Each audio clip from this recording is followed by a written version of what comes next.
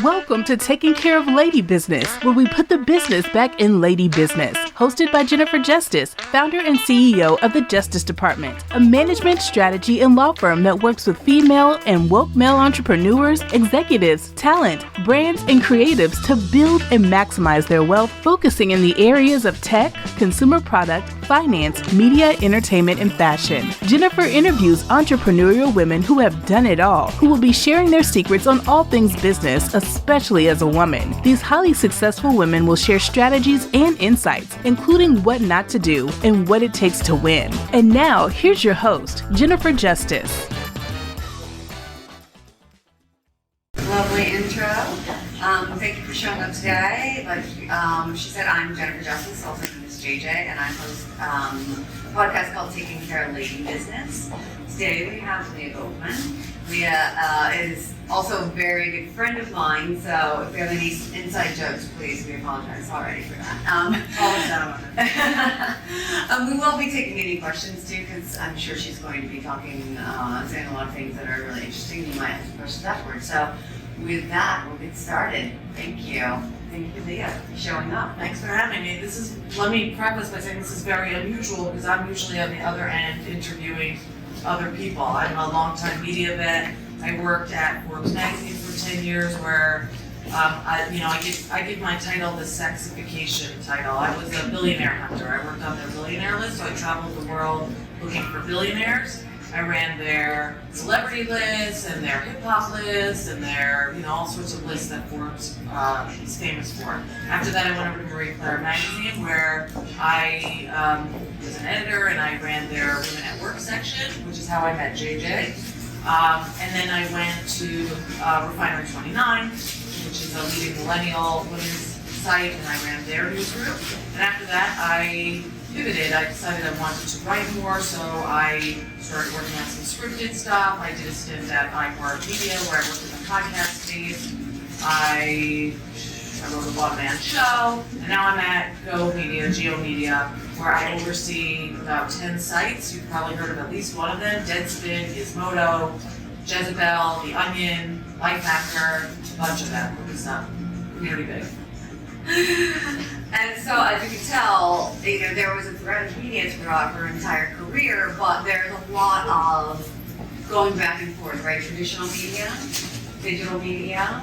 I think most of us here have lived through this entire back and forth, like what it's going to mean, etc. So, walk us through a little bit. So, what I find interesting, and I feel like a lot of people, you come out of college, you start a career, and you kind of stay there. Like, I'm an accountant, that's what I do. I'm a lawyer, that's what I do.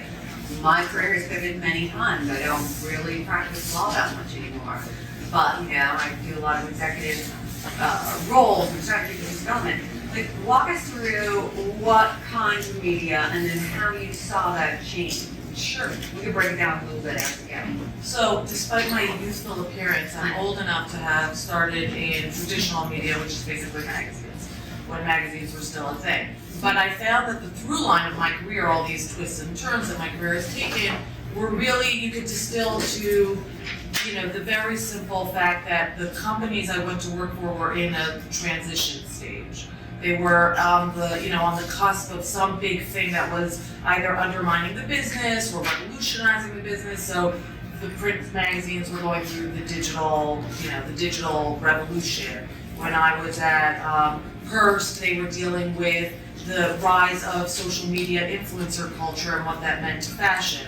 When I was at Refinery, they were dealing with the explosion of bloggers and how those social media influencers were launching their own platforms, which would then compete with Refinery 29's audience. When I was at iHeart, iHeart is the biggest radio broadcaster in the nation. They were dealing with the rise of podcasting. And so all these companies were at this, fork in the road, and I always found myself, whether I landed there fortuitously or I was attracted to those things, you could make a case for both, but I like being at companies that are in the throes of, what traditionally scares people. If you watch Game of Thrones, you're going to know this reference. I believe chaos is a ladder, and I think that in those moments you really, you can either be afraid of them or you can seize the moment, and I enjoy change. It unsettles people, but I always think that there's an opportunity in those weird, chaotic moments to just find something and just find something new to work on, volunteer for something new. They're always looking for people to expand their repertoire, and usually what you find in organizations like that is most people are like this. No, this is what I do. I don't do anything else, but if you embrace the change, you'll find that a lot of new opportunities that can expand your portfolio, your career. They lay right in front of you. So that's really, why I have what some, like in the old days, you might say my career has been a little meandering or circuitous, but I don't think so at all. I think, I can make a case for having worked at media. I'm what people would say an agent of change. I work at organizations that are in the throes of change. By the way, the little footnote here is that if you're ever in a job interview and you ever face a question like that, like your career seems like it's a little all over the place, like, or you don't seem very focused, you would say, actually, quite the contrary. Actually, my career is all about taking those changes and finding new. That's what I do. I'm the person in your office that is the one who jumps into the change, not who runs away from it. So I found that's always served me well. I love that. Did you know that when did you put all those pieces together? Because I feel like so many people are like, oh, I want to do something different, but I don't know, how did you know? Was there a process that you knew about this? No, there was not a process, but I feel like I talked to enough people because I spent my career interviewing people that it dawned on me at some point that I was not just interviewing to do a story, to write a story, but I was interviewing to fill some gaps in my own knowledge, and that I could use those moments to inform my own career. And so I would ask people personal questions that were not for the writer. How did you deal with, say, having kids, or how did you deal with, the own gaps in your, when you were laid off or when you were fired. And I don't know, I guess I used it to help just, fill in some gaps in my own, understanding of how I could get ahead. So there wasn't an aha moment. I will say that when you ask the question, the first thing that came to mind is that I've interviewed a lot of young people in the course of my career for job interviews, for internships and things like that. And more often than not, they have resumes exactly like you think they have. They come from whatever schools or journalism schools. They're very traditional backgrounds for the roles that they're seeking. But every now and again, I get someone in front of me who said, I'll say, well, what kind of internships did you have for this job? And I said, I didn't have an internship because I worked. I had to put my way through college, and so I waitressed all summer. I'm a work study, so I had to work. I didn't have the opportunity to work at the student newspaper. And those people always interested me because when you dug a little deeper, there was a very fascinating story. Oh, my mom's on disability and I have to send home some checks, or I'm a product of a divorced family, and so I'm responsible for helping my parents in their restaurant, or whatever it was. And I found that story much more interesting than, I went to NYU and worked on the student paper. Those people had more character, frankly. And so I started, when I realized, those pieces started to come together, I started to tell people, you are the writer of your own stories. And I would tell this to people who came to me for interviews or for internships or things like that. You get to tell the story however you'd like. So no one's going to look at your resume and say, oh, you're a data guy, blah, blah, blah. No. The story of my career is that I'm the person who uncovers efficiencies. I'm the person who, I'm the talent spotter. Throughout my career, I'm the person who can always tell the next, who can find the next leader in our group. That's mine. So you get to tell that story. And so you don't need the traditional checklist of what, you've been hearing for the last 20, 30 years about what it takes to get ahead. You get to invent that. You get to tell that story. Amazing advice. You knew. We knew we were going to get there so fast. But the difference between traditional media to digital, right, is that you have to wait those couple of weeks until the next thing came out. It wasn't immediate. Everything was immediate, and then you move to something where it's if you are the first person, they're all competing, to get your notification that everybody that has this news, and we'll get to what that really means today. But I think it's also, so long as you started a certain amount of years ago, You weren't supposed to be bragging about yourself like that. You weren't supposed to be telling that narrative. You weren't supposed to be like, I'm really good at this one thing. You know, and it took me a long time. My career, I started in music entertainment. I was a music entertainment attorney. I started with a very then unknown Jay-Z. We came up and did this business together.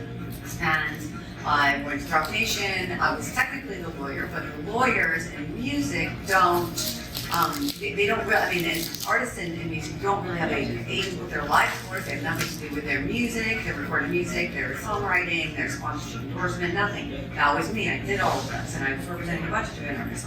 Then I realized I had my thing, and I was like, what am I really good at? Why am I succeeding? What makes me good at it? And I realized I would marry art and commerce. I knew how to take what they did and turn it into money and partnerships. And I came from a single teenage welfare mother, and a lot of my clients came from that same background, and I knew how to talk to people about something that is like poignant as like being a lawyer, and talk to them in a way that they did not feel stupid, and that they could understand, and could break it down in a way so that they understood that it was like, I'm from the same place, you know what I mean? And so whatever it is that you have, that's the thing. It's now okay to brag about yourself. Yes. And it's okay because, you know, and to say like, this is the thing that I have. And, you know, most, as you can tell by the title of my podcast, Taking Care of Lady Business, I started it because I started seeing women who I'm like not really talking about themselves and not really knowing what part of the quote-unquote team they're in. Whereas men, a lot of times you grow up in team sports, or you either play them, you like them, you manage them, you play fantasy leagues with them, etc. You know, women, we don't do that. And so it's like it's hard to find that place in your team. You don't know if you're there's a basketball, right? Or the center of point guard, you know, the manager, or like the world's biggest fan, you know what I mean? And there's a place for everybody. And so to do that, that's like finding your special skill. And it's such amazing advice, so to do that, and like find what that is. So whenever you're talking to anybody, whether that's a potential employer, client, you know, or whatever, like, you know, that's what your skill is. Yeah, the only thing I'd add to that is that you don't need just one. No. So I have found that, you know, for me, I'm a reporter by trade and also by nature. I like to ask people questions, curious about their backgrounds, and, you know, everybody has a story to tell, and I like to hear those stories. But I'm also a connector, and I found this out probably halfway through my career. I had some bumps in my own, you know, in the road, and then I, you know, say I was looking for a job, or I needed to change something. I needed something, and I would look through my Rolodex, and I had amassed this pretty impressive Rolodex of people I'd interviewed over the course of my career, but was too afraid to hit them up for anything. And I had this like my aha moment, which was, what's the point of having these contacts if you can't use them? What's the point of having these contacts if you can't use them? And I do believe that women in particular are uncomfortable with that idea, are uncomfortable with the idea of like tapping a contact if you have nothing else to give them. But we're all grown-ups, and I think, you know, there's an understanding that down the road you can be helpful, right? That if everyone is sort of aware of what the rules of the road are, and ask you for a favor, and you know down the road you can ask me for anything because you'll have done me a favor. So we have to get past this. I think generally people need to get past this mindset of, you know, oh, well, I can't ask him to do that because I don't have anything to offer him, or, you know, why would he give me anything? You will never underestimate how far flattery will get you. I was just talking to someone this morning about this who, you know, I'm very good at writing emails. I'm very good at, you know, oh, I'm such a big fan of your work. I saw, you know, I do my homework. I saw you on this clip. I thought that was a great interview that you did. I love this question. People open up like shells, you know. People just, you know, they appreciate when someone takes an interest in them. So, you know, you start greasing the wheels a little bit, and you can ask for a favor. Can you introduce me to so-and-so? This is what I need. This is what I'm looking for. Do you mind introducing me? You know, even when I don't have anything to give back, I find that it's served me well. People have done those things for me, and I've tried to leverage that opportunity. And it's a big learning point in business in general, though, talking about giving back, because, you know, another kind of quality a lot of women do is we ask, we offer things for free, which we should not. Anybody should. Like, if you're giving somebody something and it's of value, there is always something you can give them, whether or not that is, I've had people, send me a $10 Starbucks thing, you know what I mean? Which I don't go to Starbucks, but there's one on my corner. My kids wanted croissants one day, so I bought them croissants at Starbucks. There's things that you can do to give back, and they will remember. And it's just tiny little things up to bigger deals. If you're helping somebody raise a ridiculous amount of money or getting a big job, there's a way that you can compensate them, and that is the way that you can build that kind of loyalty and network and trust, become known to that person who, helps each other out, but also if you do something for them, you're gonna get something from them, Yes. There's nothing wrong with being a little transactional. No, there's nothing wrong with business is business, and that's one of the things. It's like, yes, you can have fun in business, you can make friends in business, you can find love in business, you can do all of those things, but ultimately business is business. We build our personal time and our friends and family to understand what that relationship is like, but business is business. And I say this to a lot of my clients as well. It's like, when they say, well, I shouldn't ask for money, they say they don't have it. Like, that has nothing to do with you. You were there, you were working all day long, you deserve a raise. That is for them to tell you no, and for them to tell you why, okay? That they made certain choices, that they don't have the money. That has nothing to do with you. Unless you own that company, it has nothing to do with you. And if they say no, then say, okay, when? How much am I gonna get then? And then, if they give you all the answers that are not going to satisfy you, then you are perfectly okay to start looking for a new job, and they cannot be surprised when you quit, because you've basically given them notice that you are not happy and that you deserve more. And if you put that into perspective in another way, it helps. I always give also the example of my kids. Like, I'm a single mom to 9-year-old twins. I think anybody with kids who knows that you would, possibly harm another person to keep them safe, right? You care so much about them. So if somebody is, and you're spending all this time at a job, an employer, and they're not compensating you or treating you with worth, who are they really taking away from if you don't really feel like that worth is yours and deserved? They're taking away from your kids, right? And that to me is just not acceptable. So if you can't muster whatever it is confidence, to do it yourself, you can think of like, okay, they're taking my time away from me and they're not giving and properly paying me to be away from them. And that helps bring that bravado and gravitas to the negotiations, and you can be like, yeah, you know what? No, I'm not gonna put up with this. Like, that it's offensive to my kids, and I'm not gonna do this anymore. And there's ways to do that. So we talk a lot about it in taking care of lady business and in the Justice Department about how you can get over this feeling of not feeling worthy enough or not asking for enough. And those are, ways I find are extremely effective for people who are just not feeling, in particular after COVID, when they're all exhausted, right? It's like, I don't want to argue anymore. I don't want to I just want things to be easy. I will say that I'm very familiar and comfortable with rejection, with no. I feel like it's, it's part of my career. It's, certainly as I pivot to entertainment, it's something you have to get comfortable with. And at first it was painful. I always joke, I've kept every rejection letter for a job. I still get emails I remember during COVID, just on the lark, I applied, Delta was hiring, believe it or not. And I still get emails from them for Delta Alert. And I was thinking of collecting them because they send out a lot of emails of, making wallpaper out of it, because it reminds me of the time I just, took a swing at something and wanted to see what would happen. Reminds me of the risk-taking, of the benefits of risk-taking and taking that posture and just trying new things.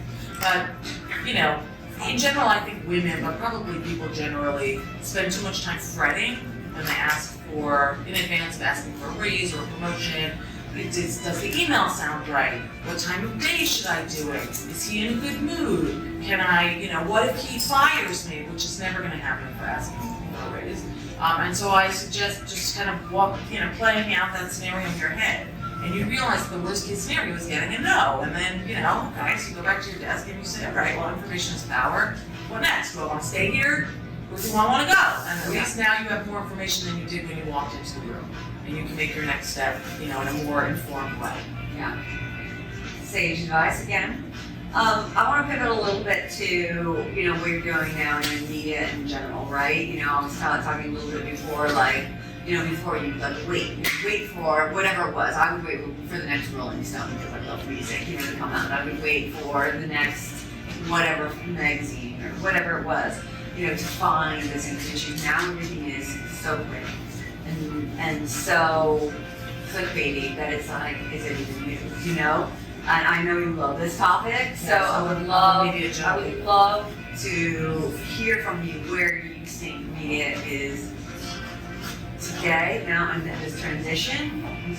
Have your just thoughts on it. Sure. So I'll preface this discussion by saying that I worked in television for a few years. I was at Lifetime Television. Another fork in the road, syndicated cable. For decades that was a very, very flush business. Now it's being undermined by streamers who are eroding the business, also young people who don't watch cable. So that was an interesting experience, and I got to understand the business of television and walking in. Why is that relevant to this discussion? Because I just assumed content was content.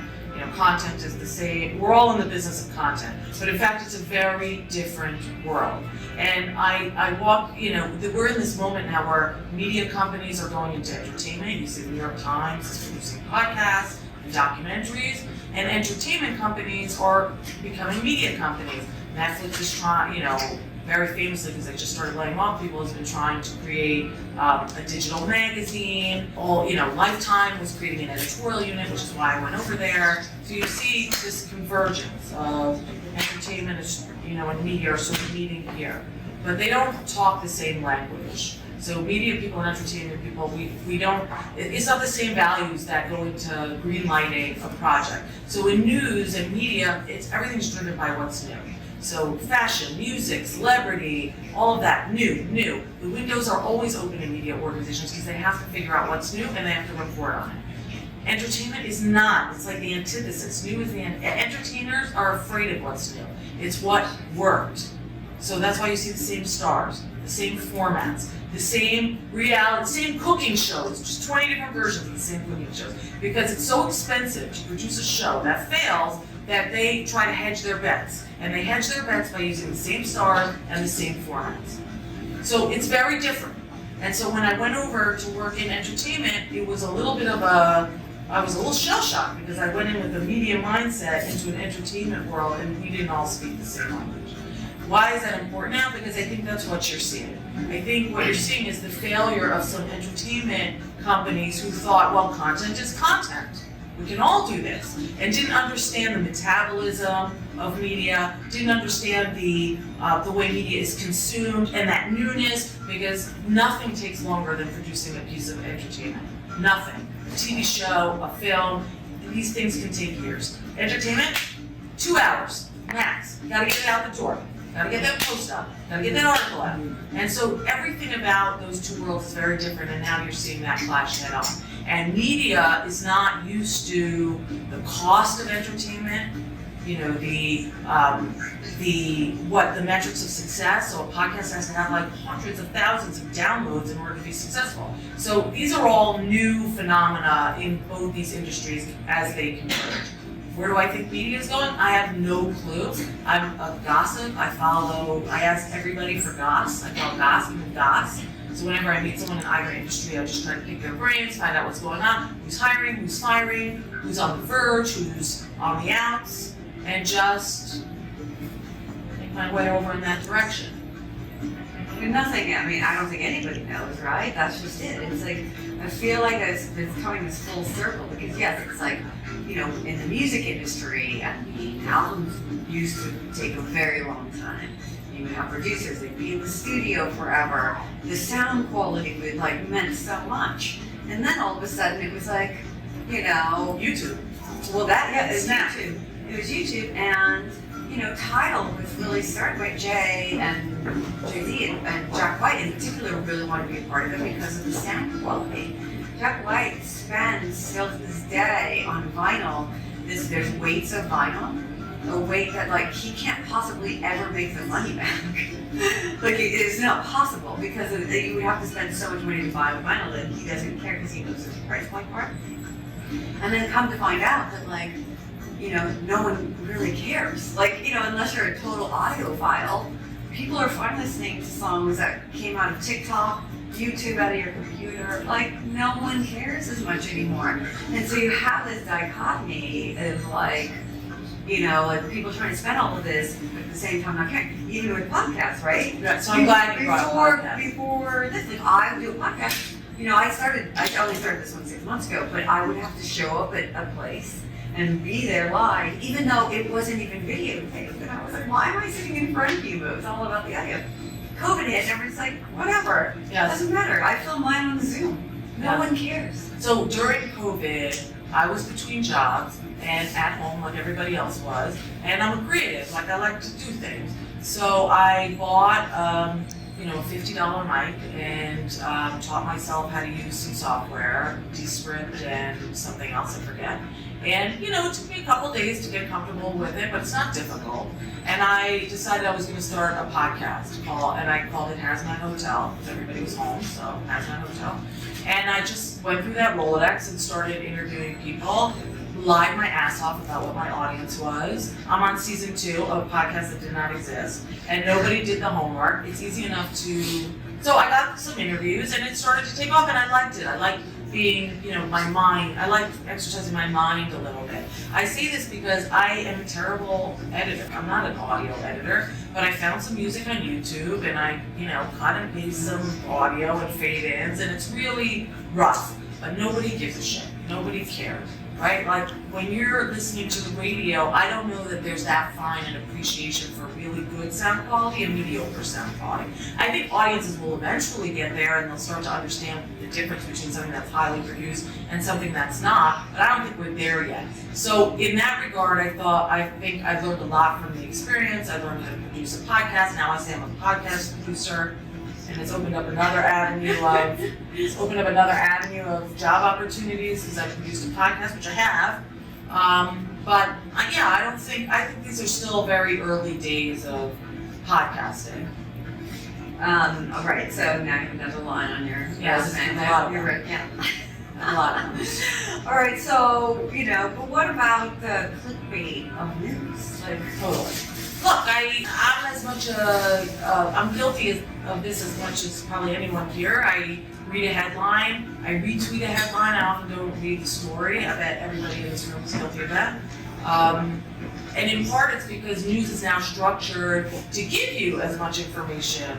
I work in digital media even still, and I can tell you there's no way, in magazines you used to do these apocryphal, arty headlines. That was part of the art of magazines, were these beautifully designed headlines. No. Now it's give me the news, Britney Spears won her case, boom. You don't need to read that article because you just got the news. So in a lot of ways, this is both the inevitable result of and the challenge of media organizations. We pushed you in this direction, and now we have a problem because we can't get you back. We pushed you to that, to only consume the headlines, and now you won't read anything else.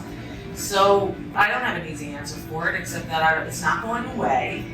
I'm watching Medium very closely, and also Substack. I know a lot of my old colleagues who've gone to Substack to produce their own newsletters, and very, very few of them are succeeding. I was watching very closely. I'm like, is this a viable way to?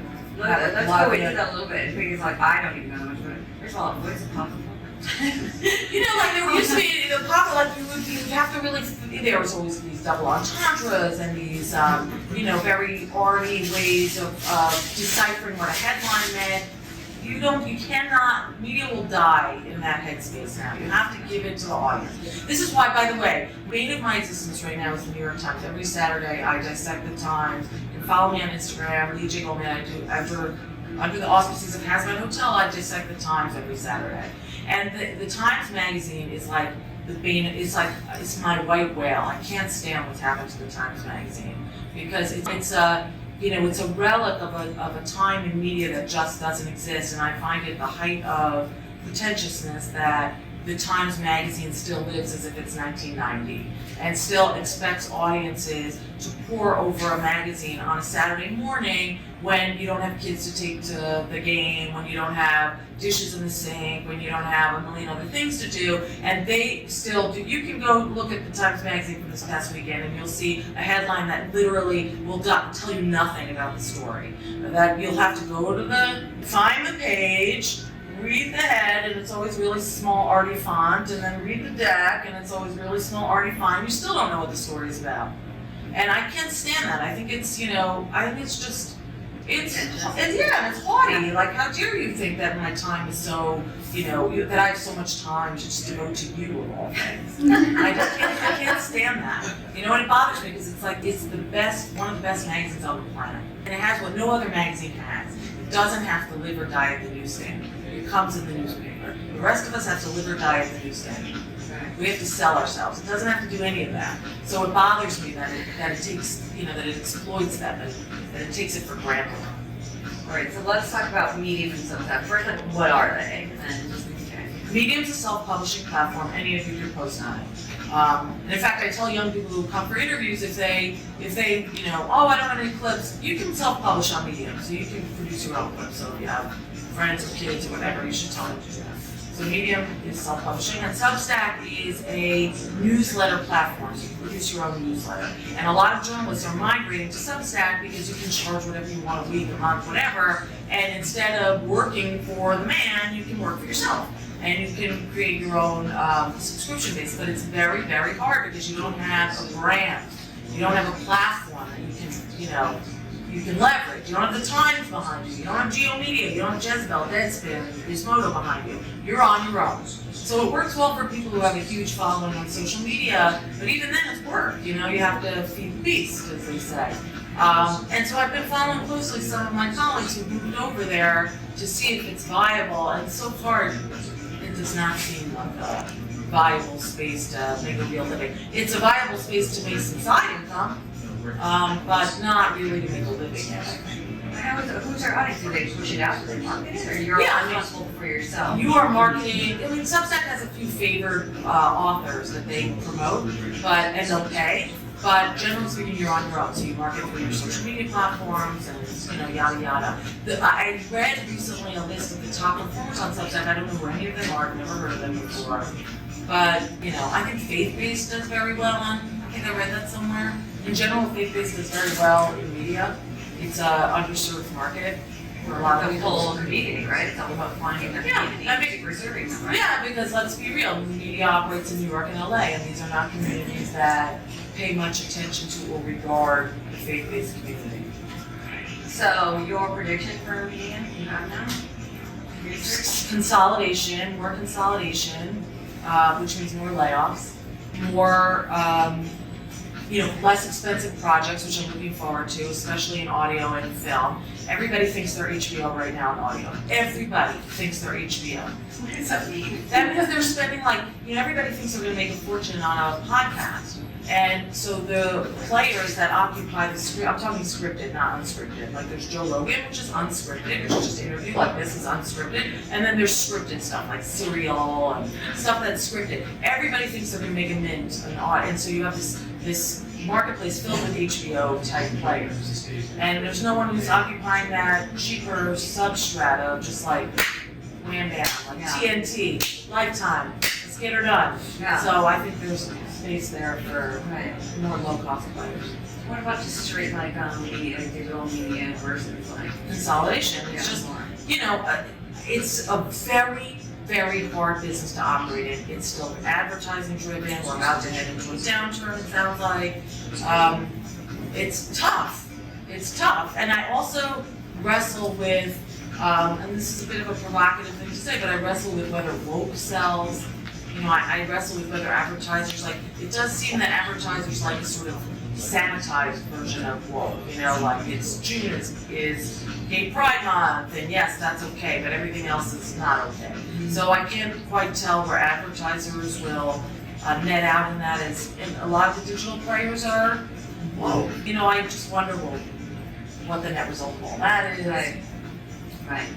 I guess we'll just have to see. Yes, I can't really answer the question. I know, but I mean, I don't know that anybody Yes. can. I don't think that anybody really saw it coming as much as we did. I mean, I know in the music industry where it was like, oh, these like streaming things, nobody's really gonna do that. And now we just see everybody has an own streaming thing. And then you're like, okay, I cannot have a subscription to every single thing. Like, you gotta all bring it together. You know what I mean? And so it's like, goes out, comes together, goes out. I do think, I'll only add this. I think we're in a star system of media. I have debates about this all the time in my office. By that I mean, the journalist or the podcaster is a personality. Everything's personality driven. Joe Rogan, call your daddy whatever it's called. Yeah. Everything is driven by the personality of the person at the pen or behind the mic. And so if you have strong personality, that's a plus in your column. If you have a voice, that's a plus in your column. Because I think, that translates into social media, which generates following. I just don't think we're ever going to go back to what I call the Bloomberg or the Wall Street Journal model. You would be hard pressed to name me one person who works at Bloomberg. Not to diss Bloomberg, I know plenty of people that are hardworking, they're smart, they're talented, but it's not a star system. They don't reward their stars. Versus the New York Times, they get book deals, they get podcasts, they get shows, they get. Right. So I think, and if you're a journalist, which would you prefer? So True. I think we're in the star system, and it's not going away. Right.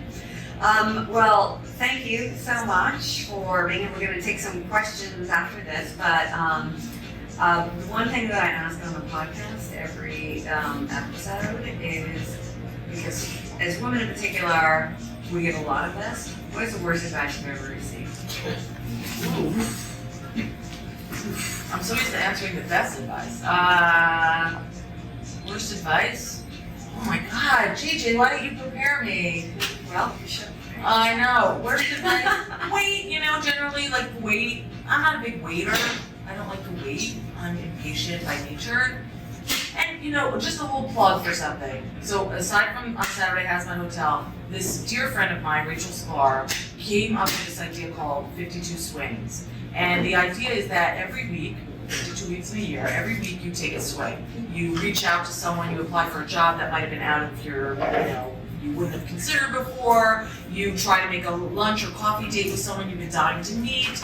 Once a week, you take the swing, 52 swings. What are the odds that one of those swings is going to work out and lead to something? Pretty high. Pretty high. So in a year, you might be able to achieve something that was impossible if you didn't take that swing. And I love it, because after a while, taking risk becomes like, it's a new week, I gotta take a swing. And you become inured to the idea of what's the big deal if I send out an email? I've gotten no's before. What's the big deal if I try for this job, right? So that fear that keeps you from doing things, it goes away after the third, fourth week. 52 swings, try it today. It's really it's profoundly changed my life. I think it was on New York once, there's something about some guy who was every day asking for something he could never get through, walk into Starbucks and be like, can I have free coffee? And I'm like, no. So he got so used to rejection. Did anybody else hear about that? I can't remember yet. 100 days of rejection. Yeah, it was great. It's akin to that, and then you get so used to it, and then actually something eventually comes through. So 52 swings, I highly recommend it. All right. I've got a lot of good meetings. Bad advice, wait, don't ask for that, you should wait till the quarter is done. Yeah. You should wait for the earnings to come in. You should wait, I don't wait. I like knowing things, I like knowing now. It's a lot like mine. You just put your head down and work. It'll all come to you. No. You get zero of what you don't ask for. So that is the taping, but now we can have questions. Yeah, so you open again one. You talk about medium to Substack. What I see the downfall of media is sites like Hidden Forces, where sort of everyone's expert on everything. Oh, yeah. And it's really drives you nutty. JFK movement years ago, obviously. They had a good night with George. But they gave you the platform. And it let you in your mind frame your own conversation, your own discourse, how you do things around. That's the problem with media. Everybody's an expert on climate change and other. You don't want to yell. You like tongue in cheek, you like saltiness, you like a little bit of celebrity. I don't want to be an expert in everything all the time. So what do you think this is going, how it's going to play out for folks? So that's what I like to see. I mean, I'll confess that I'm as guilty of that as any other journalist. I spent, when I worked at Forbes, I used to go on Fox News and give stock recommendations, because they had a TV show called Forbes on Fox. And if I tell you I had no business giving stock recommendations, I was not well versed enough in any of those things to be doing that, but they trotted me out, and I would do that. And I still think about that sometimes. Nothing really has changed. A lot of people will, look, I work with a lot of very talented, seasoned, experienced journalists, and that kind of person who takes the craft very seriously and does their homework and talks to people on both sides and then reports story, that's reporting. But what's not reporting is, talking to one side. We have a lot of opinion journalism today. I think that's really at the heart of what you're talking about, opinion journalism. And even the phrasing is an oxymoron. Opinions are not journalism, but you have, progressive sites, you have right-wing sites, and this is opinion journalism. And so what do we have right now? We have a populace that distrusts media broadly. Why? Because they can't make the distinction that at 8 p.m. on CNN, when you're watching opinion journalists give their thoughts on the news, that there's a distinction between 12 p.m., which is hard news. I'm just giving you the news, airplane crash, murder rates, Biden in Ukraine. That's news versus opinion journalism. Why would anyone make that distinction between the noon hour and the 8 p.m. hour? Or is anyone whispering in their ear saying, that's opinion journalism, that's their evening primetime programming, and that's the real news? So we've all lost a sense of what's trustworthy. I myself, I rarely watch the news anymore because I can't stand it. I can't stand Fox and I can't stand MSNBC, and there's very little in between. So I think that's the problem, is, the creep, the opinion creep in journalism. How can we access your podcast as well as your Instagram? Also, That's the greatest question. And also, with the push to NFT and metaverse, how is that going to correlate to the media industry? I can't believe you asked that. So I'm laughing because I had this conversation this weekend. I am dabbling in NFTs. I don't really understand it, but I have this listserv, like an email listserv for women in media and entertainment. Women who've achieved a certain stature, because I want to introduce them to each other, these two worlds that don't normally connect. And someone in the group had said, she's very interested in NFTs, and she said, I'll host a seminar for this group if you want to learn more. And offline, I scolded her. I said, I don't want this group. It sounds scammy. I don't like it. And she said, are you crazy? This is entertainment and media are moving in this direction. You have to understand it. I still don't know why I have to understand it, but it was validated by other women in the group who said, yes, we have to understand it. I can't answer that question. I don't know enough about it.